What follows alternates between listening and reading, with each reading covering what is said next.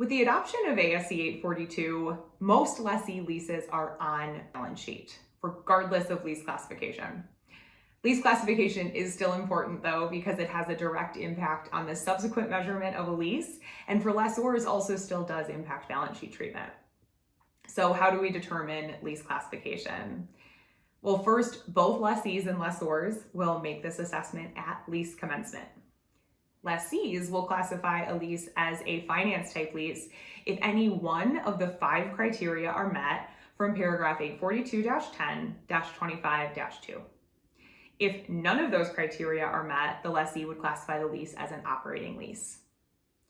The lessors will look to those same 5 criteria in order to determine whether its lease qualifies as a sales type lease.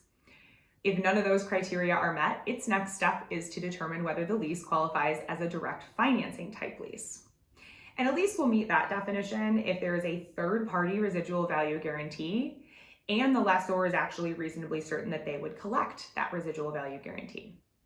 If both of those conditions are not met, then the lessor would have an operating lease.